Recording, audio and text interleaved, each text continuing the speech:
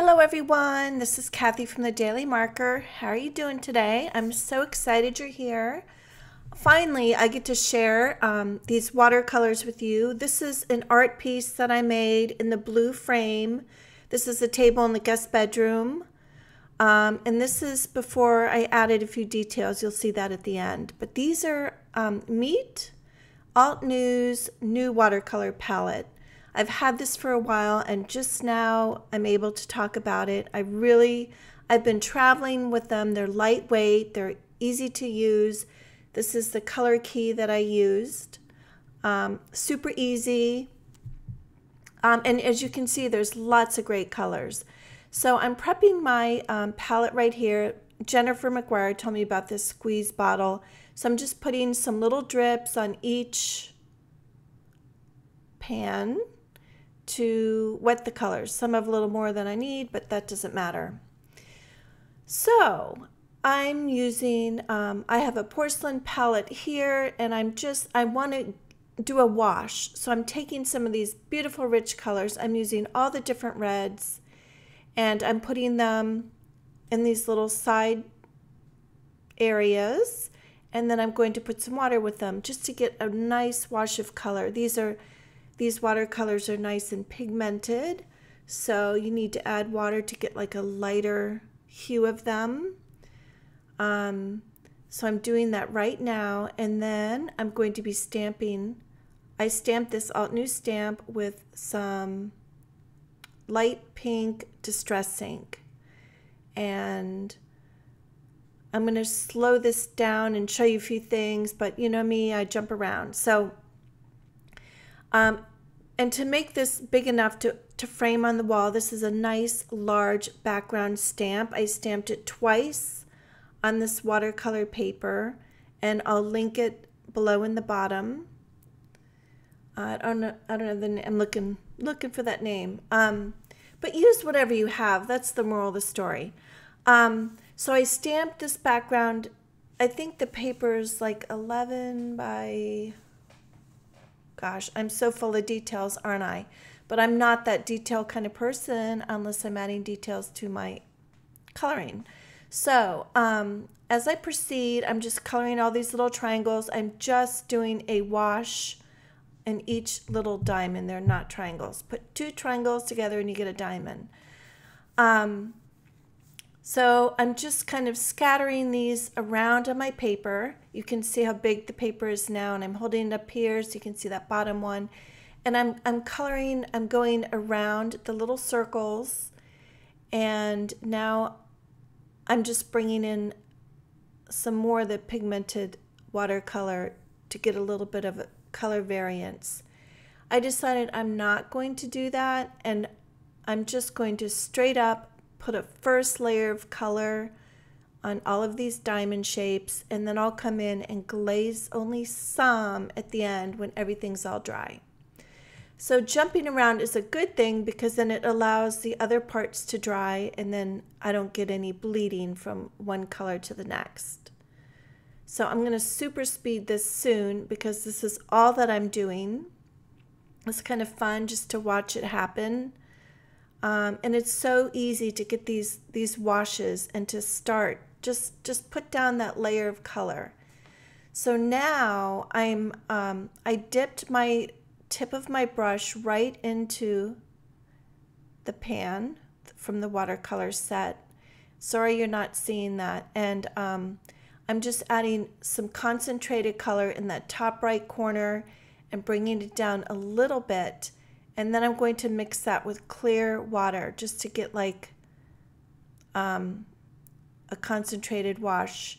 Now when it's dry, it's called glazing. And I'm going to do this later on a dry area. So I just wanted some color variation, so I added more of the concentrated color into that. And now I'm just washing it.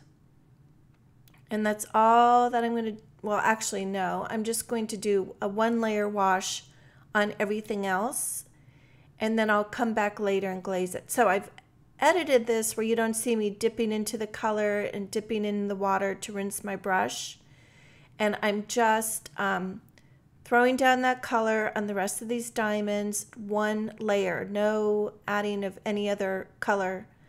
I'll do that later. But I love, lately, during the coloring challenges, I've been talking about why not, rather than creating a card, why not create a little art piece for yourself? So this is what I'm doing with this, and I've done this. Altenew has some great background stamps that are awesome for coloring. They have a very large succulent, which is so awesome for coloring and stuff. So I've done some art pieces, which is a frame piece of watercolor that I've done. And so that's what I'm doing with here. So while I finish this, I was lucky. I didn't have time to go to the framers, and I had a piece of art that my son made. I've had it for like 20 years, and the blue mat in it still was great and happened to look great. So I unscrewed the back and put this in there. So that saved me a trip and it worked out really great. So that was kind of cool. Okie dokie. So now I'm moving on to the oranges. I've got some oranges and yellows in the palette here. And I'm just proceeding, working on, bouncing around, coloring all of these diamonds. Now you don't have to worry too much about going around those little circles between the diamonds. You could actually color over them, and that would be faster, or you could color around them, whatever tickles your fancy. The most important part is to enjoy the process. And this is very fun to do. And I did this, you might notice if you see my sleeves are changing. I did some late at night, then I did some in the morning, then I did more that evening. And then I finished up the next night adding some detail. And I'll tell you that in a minute. I'm not trying to be mysterious or anything.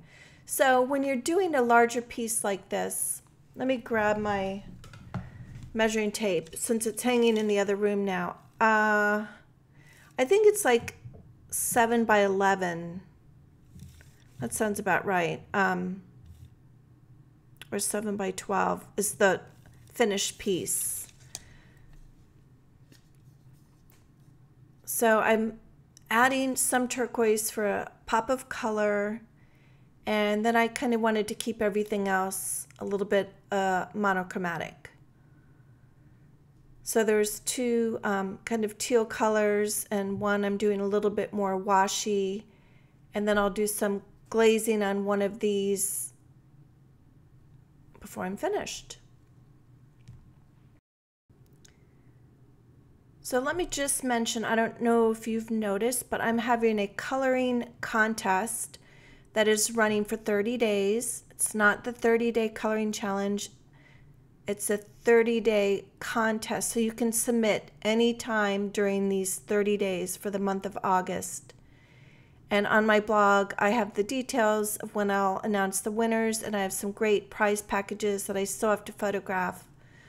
I have a wedding shower coming up Saturday, and so that's very time consuming because I like to do a little extra things, and I do frame prints and put them on the table, and I'm doing my own flowers and everything. So it's been a little crazy around here. All good and exciting things. One thing that's fun is to take Jenga blocks and let people add their advice to that. So here's the finished piece. Before I did any additional glazing, it's now dry, and right here is what it looks like again. Just, yeah, I really wanted to hang it horizontal. I thought it looked cool that way, but the frame I had was vertical, so that's what I ended up with. Now I want to show you the glazing. Now, because it's completely dry, it's called glazing, and I want to take a darker version of this pink. So I put some pink in my palette, and then I took some purple to make it darker. And I'm going to show you some still photos as well. So notice that I put the line of color at the top, and you have to gauge how wet you want your brush. So then I have clean water and I bump it up into the color line. And that way I still have that sweet spot, that lighter area. So here I'm going to do it again. I'm adding that line of color, rinsing my brush, making sure I have clear water on it, and I'm bringing that brush is at the bottom. And I'm really getting that area wet at the bottom. Notice I still haven't bumped up into the color. Once everything's wet, then I bump up into the color. That way I get that nice gradient look and I don't wash it all over. So here it is with stills. So there's that line of color that I added of a darker color. And then here's the water at the bottom. I water that bottom area first. And I make sure all the lines are covered on the bottom area. And then when that whole bottom is wet, then I bump the clean water up into that new color area, and then I have more of a gradient look. So I'm going to do it again for you right here, and I'm just going to speed this up since I've explained it and time is precious, and I'd rather you go out and do this than watch me. This really is an easy process. I really think it makes a difference when you're watercoloring, and it makes it so it's not stressful. I promise, it's so easy. Now, once this is all finished and dry, I always have to add a little marker somewhere. So I'm taking a 0.03, and on some of these I just wanted to add a little bit in the nook and cranny. That's one of my top 10 coloring tips. I'm adding a little dark purple on some of these. And then when it's all dry, I'm going to show you that right now. So I have the 0.03 in brown, and see where my pen is pointing? I'm making a circle in those white areas, and then I'm drawing a little line at each intersection. And that defines the circles. It kind of, you can see here, just gives it more depth. And I didn't want to add anything else. I wanted to add some lines and other things, but I decided to just keep it simple. So here it is in the frame. It's with some of the other art I framed that my kids did. This is a table in the guest bedroom. I just thought I'd show you the whole setup. And that's it. So I hope it inspires you to make some pieces of art for your house. Thank you for watching, and a thumbs up is always appreciated. Have a great day. Bye.